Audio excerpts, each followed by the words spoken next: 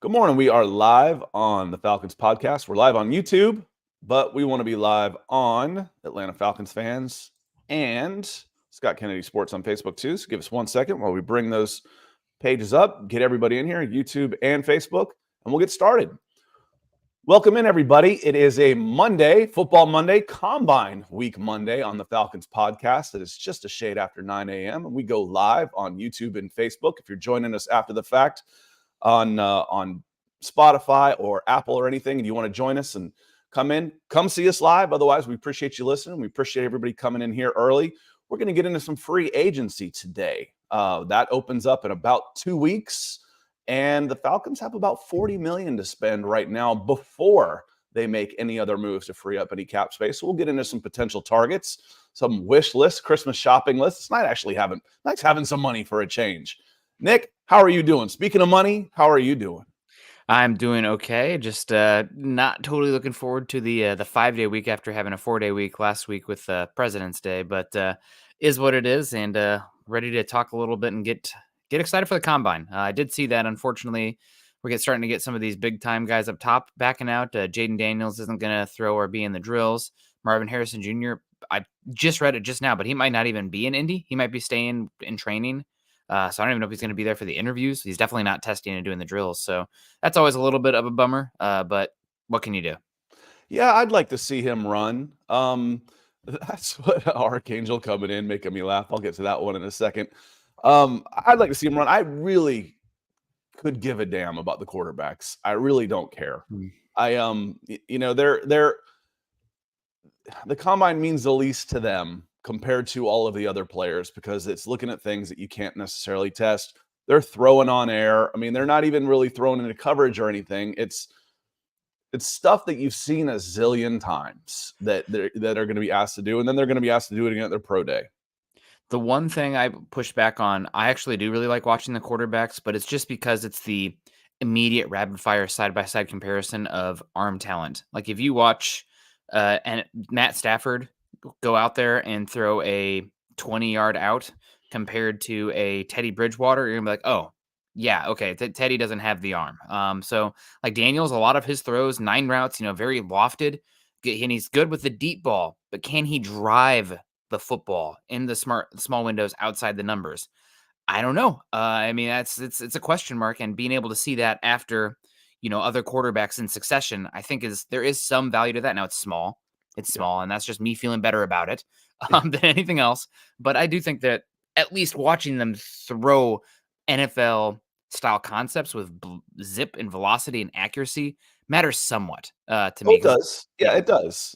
It's just relatively speaking, compared to the other 290 guys that are going to be there, or however many. It's usually about 300. Maybe it's not quite that many. Maybe it's closer to 200. They matter the least. The quarterbacks too.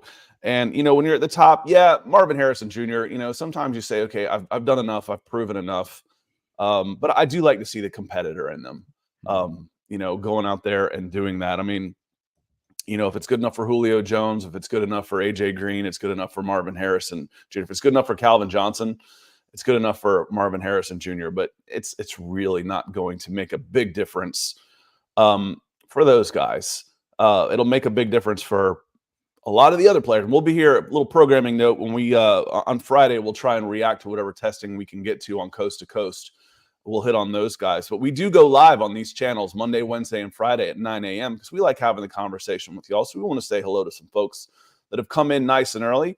Henry Monsta, he says, good morning, Scott and Falcons fans. Hey, Nick, off-season in full effect. Yeah, this is the fun season for me. This is, again, until I started working in NFL media, I didn't really understand how big NFL free agency was because I grew up in Atlanta. The only time free agency mattered was depending on which free agent the Falcons were losing. They didn't spend any money. So I didn't get it. And then once I started looking at analytics and a network at Scout that started adding NFL and looking at, the stories that were doing well, NFL free agency is actually the most trafficked time of the year in this business. So it is fun. Looking forward to it. Victor Bellotti coming in says, good morning. I would prefer to invest 20 to 30 million in elite pass rusher if any of them hit free agency then pay Kirk Cousins $40 million. Worst case scenario, would roll with J.J. McCarthy year one and see if he can manage it. Nick, what do you think as far as the priorities for this Atlanta Falcons team? $40 million for Kirk Cousins and Dallas Turner, or $20 million for Mike Evans, $20 million for Danielle Hunter, and J.J. McCarthy? The way the cap works and the way you can manipulate the cap, I don't think it has to be an either-or situation. I think you can approach both, and you could bring in the elite pass rusher and the quarterback. Now, 2026 comes along, and you might have some harder decisions to make, but the way the cap, the NFL is almost like this too big to fail. Right now, we just saw the cap come in, blew out the highest jump I think we've ever seen, $13 million more than we even thought, which is a pretty good player on one-year deal. You can sign multiple veteran free agents for $13 million on their first year cap hit. So I don't think this is an either or situation. I think if you shouldn't close the door on either. You approach both, and if both come on, you make it work. You have a team that's filled with a lot of young players. You're not really paying a lot of people big money right now. It's easy to create money. I mean, Caleb McGarry could be easy to move on from. Jake Matthews could be easy to go on from. You're going to have to pay Terrell soon. But again, I think that there's money in the couch cushions, and Arthur Blank, wants to win now. So I don't think it has to be an either or. The other thing here is, worst case, we roll with McCarthy. I mean, you're picking there at 8. It's what if the Giants absolutely love him? There's been a lot of talk the last week that actually the Giants are very much in the quarterback market this draft cycle because they can move on from Daniel Jones for very little after 2024. So I think I'd approach both. I don't know how many elite pass rushers there will be on the market. Historical trends say if you want a good player at quarterback, at edge rusher, or at offensive tackle, you're going to have to draft them because otherwise you're paying premium money for second or third tier guys on the open market. But I don't know if McCarthy will be there, like I said. So I don't know. I'd approach both. And if Josh Allen, the pass rusher, not the quarterback, hits the market, I don't know why he would, given Trevor Lawrence and the rookie contract. But then I'd be like, okay, let's see what we can do to get it done because he is very good, and I would be very happy to get him in Atlanta. Yeah, Josh Allen, Brian Burns, those are two guys that are top tier that aren't likely to hit free agency. They'll probably get tagged. I think Danielle Hunter might be the next guy. Yep. And I think that he's available. I think he will hit free agency. So we'll see. Good to see you. Robbie Red says, Mr. Kennedy. I've told you before I turn that into a walk-up music. We'll use that one time. John Harrell, good to see you.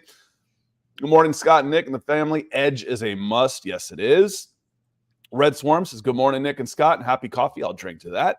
Everyone joining the chat, have a magnificent Monday. Prost. Cheers to you. LionCoffee.com from Patrick, our caffeine sponsor. And speaking of Red Swarm, Michael Ronquillo coming in with a Red Swarm of his own, which shows up bright red on the screens with a $100 super chat.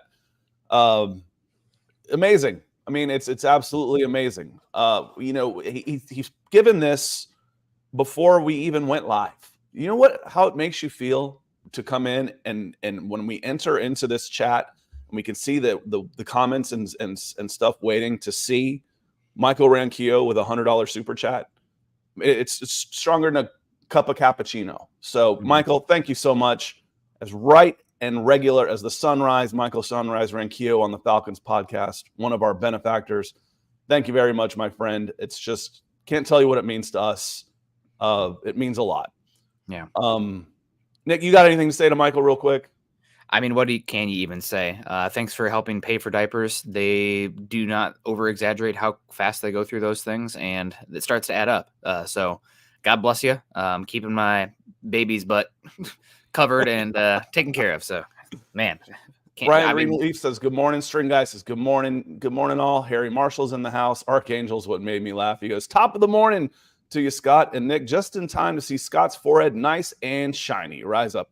Believe it or not, I actually powder this thing every morning. So when you see me, sometimes I'm like itching my nose because sometimes it makes my nose itch. It's like, why is he always itching his nose? He's got a Coke problem? No, I have a big forehead problem, and I take some of the shine off it. Otherwise, it's I've got a big light here and I've got a big light here shining right at me, and it'll be like I look like a lighthouse. So I actually powder this thing before we get going. So appreciate you, Archangel. Anthony Evans says, morning, fellas. Rise up. Good to see you. Mark Schrader, good to see you coming in from Texas over there on Facebook. Brad Clark is here. Alfred Hughes has a good question. Appreciate you, Alfred. He says, hey, Scott, let's say we get Russell Wilson on a dirt cheap deal and decide to go developmental behind him. Would you rather go Penix if he's there 43 or wait till much later and go with Spencer Rattler or Milton? I don't think Rattler will go much, if at all, behind Penix. So we have to look this up because there's a phrase for when you ask a question with an assumed wrong in there. There's like a literary phrase for it. So I think you're leading off with something that we can't assume to be true on this, Alfred, with Spencer Rattler. He may go ahead of Michael Penix. I would rather have Spencer Rattler or Michael Penix in the second, third than Milton in the fifth, sixth. I don't mind Milton, but if I could get those guys later in the second or third, I'd rather go that way. Russell Wilson and a Michael Penix would look pretty dang good to me. Russell Wilson and a Spencer Rattler, I could feel good about the quarterback room going into this next season. Yeah, I mean, Penix, again, we keep talking about it. How many teams are going to take him off the board with the medicals? I know he's been healthy for 2 seasons, but he's going to be older, and it's not as much the knee injuries for me as it is the shoulder. That's one that's like, right. I'm pretty sure he's going to be off a number of teams' boards with the injuries. So I think that he might go mid-second, but I think that the difference between him and Rattler is not super massive. And he says wait till much later for Rattler and Milton. I think all 3 of these guys are going to go in the top 100, top 120. So we'll see. But if you have any chance of playing, somebody will take a shot on you. Chris F says, can we get Russell Wilson if the Steelers want him as well? It'll come down to recruiting. It will come down to Mike Tomlin and Arthur Smith versus Raheem Morris and Zach Robinson and Arthur Blank. I actually feel pretty good about the Atlanta Falcons' ability to recruit guys right now. I saw the he'll never come here because of Future. I actually know who that is now. After listening to some music at the practices and holding up, hey, who is this? Because frankly, I couldn't tell the difference between 6 songs in a row, and I wanted to see if it was all the same guy. I'm like, oh, this is Future. I think Future, I'm pretty sure Future lives in my neighborhood around here somewhere. There's like 1,000 houses in this neighborhood. You probably know him as like Earl or something. Oh, you mean Earl? I don't get out much, honestly. I can name about 3 of my neighbors in this 1,000-person house. So, when we talked about social distancing, I'm like, that's why we moved to the burbs. I didn't meet my neighbor until the summer of 2000, and he's lived next to me for 5 years. I'd never seen either one of them outside of their house except in a car driving by. Hey, so yeah, we social distance for professionally here up in North Metro Atlanta. Yes, Chris, you can get Russell Wilson. It's not going to come down to a trade because Russell Wilson can block any trades, and he's not going to want the team he's going to give up anything to get him because he wants them to be as strong as possible. And any compensation financially or draft wise or player wise goes to the Broncos. He's not going to do them any favors. So he'll be a free agent here by March 17th is the day that if he's still under contract, he gets another $37 million in guaranteed salary. They don't want to pay that. I promise you, they don't want to pay that. They might be billionaires. You don't stay billionaires by holding $40 million grudges and benching a guy and just keeping him and giving him another $40 million in dead money, real money, actual cash, but that isn't being used for the product on the field. Keith and Ellen Johnson coming in with some stars. Look at him over there breaking the ice over on Facebook. Appreciate you. He says, good morning, guys. Thanks for all you do. Can't wait to see what we do about our quarterback situation. Yeah, it's still the topic of, the next 8 weeks.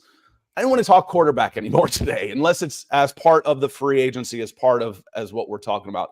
We've talked quarterback a lot here. So I wanted to talk top free agents. Kirk Cousins falls into that and how that might affect. But I wanted to talk Josh Allen. I want to talk Brian Birds. I want to talk AJ Epinesa. I want to talk cornerbacks. We might just follow up with this on Wednesday because, we only go about 30, 35 minutes on Mondays, and we go for an hour 5, hour 10 on Wednesdays. So this might be a 2-part show. Appreciate you, Keith. Oblivion Empire, good to see you. He's the one that turned me on to AJ Epinesa as far as a potential guy at 6'6", 260 pounds. PFF has him, I think, underrated.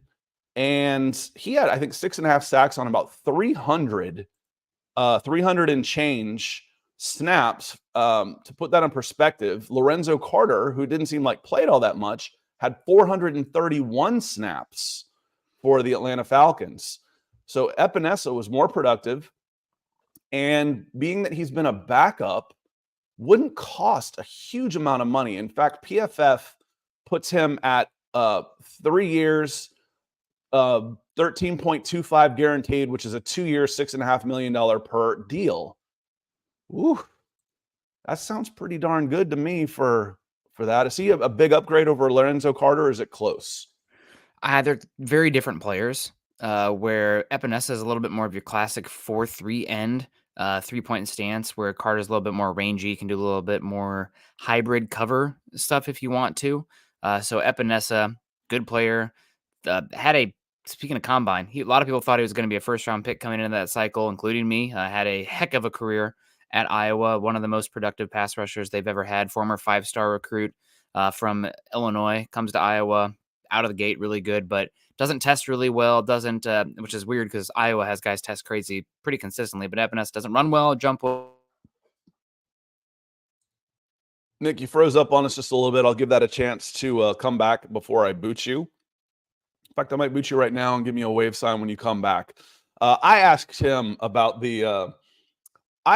before the show about AJ Epinesa, because Oblivion Empire was in my DMs, slid into my DMs and said, "What do you think about this guy?" And I started looking him up. I'm like, yeah, that makes a lot of sense.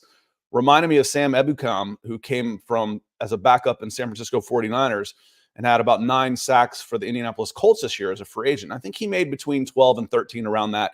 If Epinesa can make half of that, even if you can get 10 sacks for $10 million, I think he becomes a really good option of someone to watch, because I think the top guys at edge that the Falcons could be in on, does Josh Allen hit free agency? Probably not.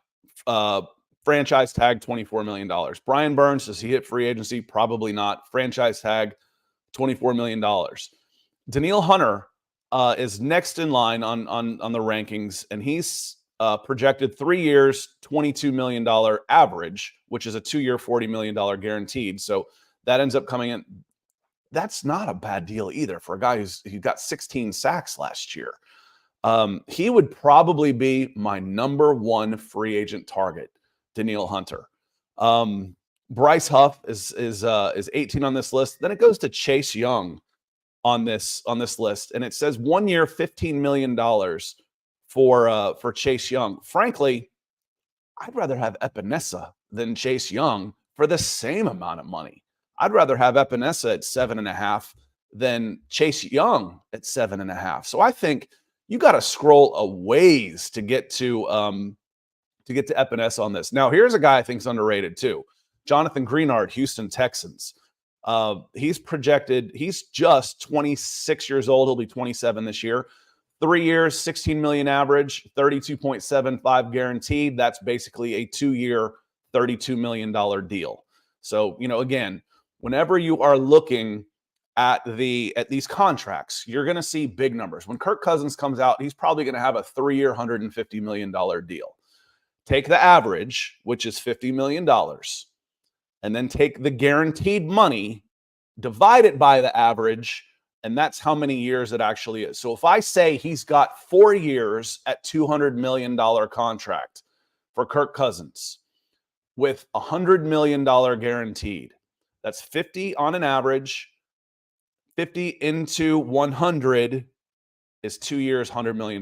That's what his actual contract is. And then you've got flexibility to get out from under it. Looks like Nick's back. Nick is back. Before we say hello back to Nick, after we said thank you to Oblivion Empire, I want to say hello to John Harrell, who's also coming in with a red swarm of his own. Michael and John blowing my hair back so you can see more of this forehead. John says, I had a great weekend. Went racing, won some money, feeling generous this morning. So is that you? Are you doing drag racing? I'm gonna have to. I want to find you on Facebook. You and I should be friends. I want to see some of the stuff you're doing on the weekends. If you're out there in a Mustang like that doing drag racing, that would be awesome. And if you're anywhere near, hell, I'd come out and watch that, honestly. And it's a little selfish because you do I see some of these videos on social media of a drag race, this against this, and they get like 1 million views. Hell, I'll come out and film you doing drag racing, for goodness sakes. Be real interested to see that. So very cool. Thank you so much, Nick. Welcome back. Yeah, don't blow anything too hard. We had a massive windstorm here over the weekend, and the internet's been spotty across the whole area. So a little bit of a November-like weather event in Seattle, but hopefully we'll hold out here for the rest of the show. But reset the router and did all this stuff, and still, I think it's the actual provider having issues in the area. So holding out. But thank you so much, John, with the big time super chat and support. Back to Epinesa real quick. Power rusher, not great bend, not super twitchy, but can win with length and pretty refined hands. So I'd be curious to see if he could earn. I wouldn't expect him to come in and be an alpha, but if you're looking for a little bit more of a power presence at edge as a pass rusher, he could definitely bring that. So, and I also like the Greenard shout out as well from Florida. Pretty good player out there. I think Houston will bring him back just because they have rookie quarterback cheat code contract stuff going on too. But yeah, there are some edges out there if you don't get one of the top 2/3. Rusty says he's been a disappointment so far in his career pass.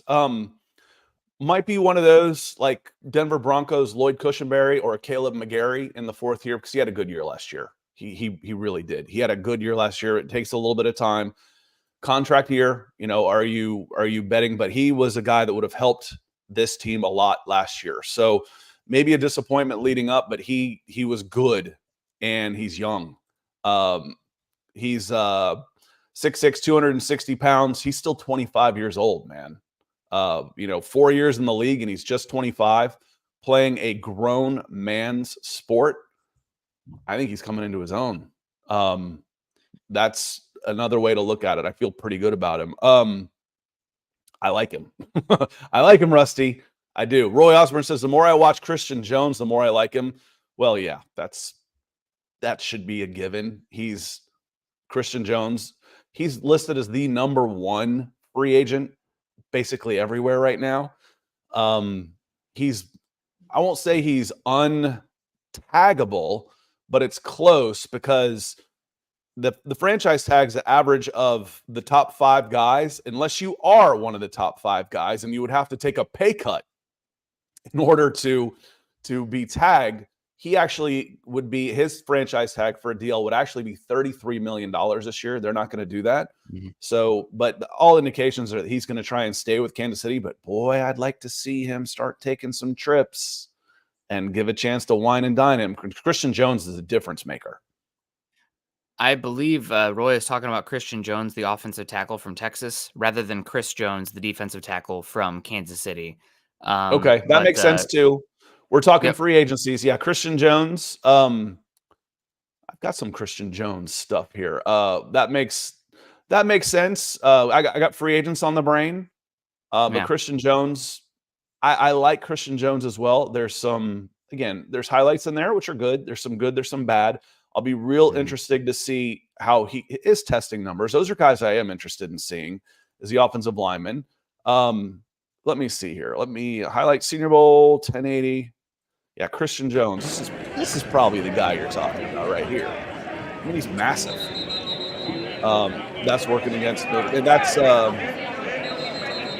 I've watched so many. That's Ole Miss. I can't remember the names off the top of my head.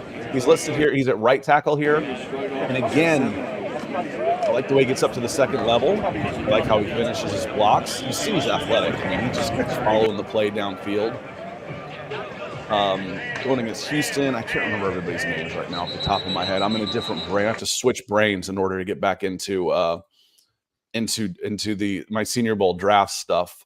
But yeah, dude, I do like Christian Jones. I thought he looked a little stiff when I watched him, and I thought the tape of the Senior Bowl looked a lot better than at Texas.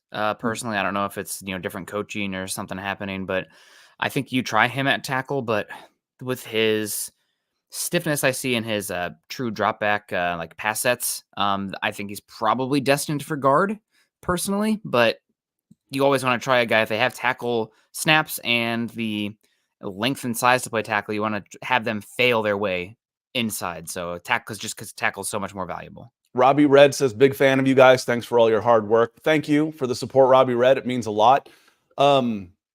This is Nick and I's favorite time of year, flat out, for both of us. We are both really big on the whole team building, general manager aspect of this game. We love it. This is, if we're ever going to be good at anything, this should be the time for us to shine all the way through May. And then, then we might get a little sleepy in July. So, but appreciate you being here. Jake Ennis, good to see you. And I thought this was a new name, so I appreciate you saying so. He says, good morning, Scott and Nick. First time catching the show live. Been a listener of the pod for a couple years. Love your content and realistic takes. Well, Jake, appreciate you coming in. Again, you can find us, Falcons Podcast. You can find us wherever you get your podcasts. Spotify and Apple seem to be the two big ones, but it's on Google. It's on Megaphone. So all of those. But Jake, certainly appreciates you coming in. It looks like I've got somebody I need to bounce here in Facebook that is spamming here. Let me get rid of that person. That is one of the problems with going live, so apologies after the fact. Jake, thank you for the support. Leave us a review. I don't think we've had a review on Apple Pods in over a year. I think was the last one. So it's been a while. I'll drop the link here. It's in the description. Click on it. Leave us a review. Find us on Apple Pods, and hopefully, hopefully you like what you see. Rose Daxon, how you doing? Good to see you. Anthony Evans says, what free agent wide receivers do you see us targeting or re-signing or drafting? We need a few. So I guess Josh Ali is still under contract. I didn't think anybody else still was. So Drake London and Josh Ali. So those guys are still under contract. Which guys could you target in the draft? At number 8, you could absolutely go wide receiver, especially if Rome Odunze or Malik Neighbors are there, Nick, in the draft. I would be pretty shocked if Malik Neighbors is there. I mean, it's the draft and you never know, but the way people talk about him, it sounds like the NFL might view him as a 1B to Marvin Harrison's 1A.